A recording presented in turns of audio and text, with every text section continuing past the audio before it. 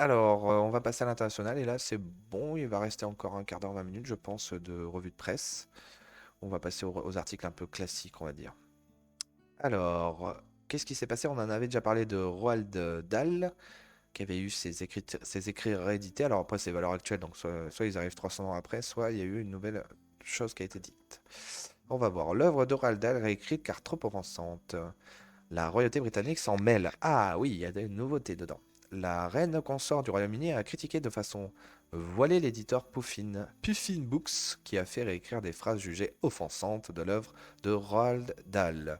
Ne vous laissez pas intimider par ceux qui veulent entraver votre liberté d'expression, a-t-elle lancé à l'attention des écrivains lors d'un discours. Donc ouais, toute cette logique de sensitive readers, moi je disais que c'est vraiment complètement débile parce qu'il ne faut pas assister les gens et à leur lecture, il faut plutôt leur donner les armes, ça s'appelle l'instruction et l'éducation pour pouvoir faire face aux problématiques, donc pas être dans des dogmes, et c'est pas en réécrivant les choses qu'on va les aider. Mais par contre, effectivement, si ça va dans cette logique-là, moi j'aimerais bien savoir comment ils vont réécrire My Kampf, quoi. J'aimerais bien savoir. C'est Steve Reader, tu sais, il en faut 150 parce qu'à chaque fois qu'il lit une phrase dans My Kampf, il s'évanouit. Ah, tu sais, comme personne s'évanouit comme ça, là, c'est. Ah, ça serait trop drôle de voir de faire un truc. Ah putain, si je pouvais faire un South Park français, ça serait tellement. Ou un American Dad français, ce serait énorme. Alors que la controverse autour de la censure des livres de Roald Dahl bat son plein, la reine consort Camilla a laissé transparaître de manière indirecte son opinion sur la question. Comme l'indique TF1 ce vendredi 24 février, s'exprimant lors d'une réception organisée avec son mari, le roi Charles III, à Clarence House le jeudi 23 février pour célébrer le deuxième anniversaire de son très populaire club de lecture en ligne, Reading Room. La souveraine a exhorté les écrivains présents à la réception à résister à ceux qui souhaitent porter atteinte à leur liberté d'expression. Restez fidèle à votre vocation, ne vous laissez pas intimider par ceux qui veulent restreindre votre liberté d'expression ou imposer des limites à votre imagination.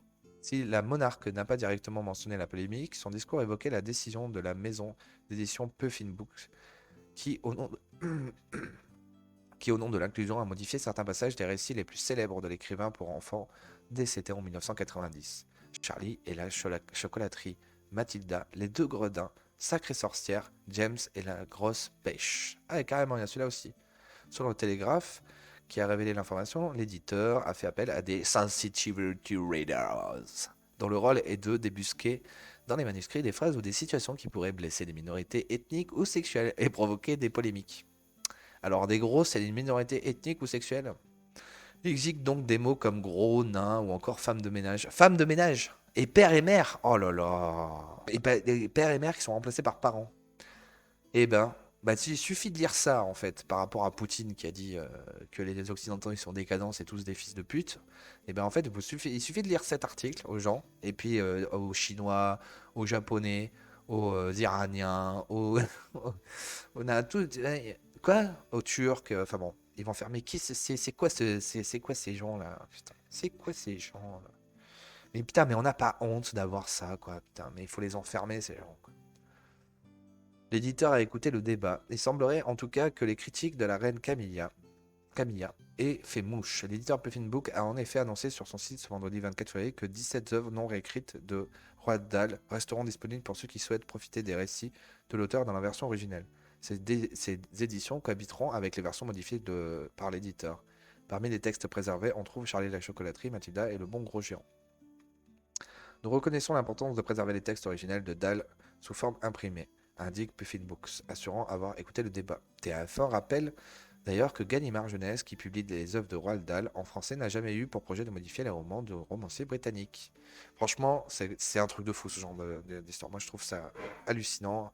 Ça montre la dérive de l'Occident, mais putain. Bon, en tout cas, c'est gavé la Camilla, la reine.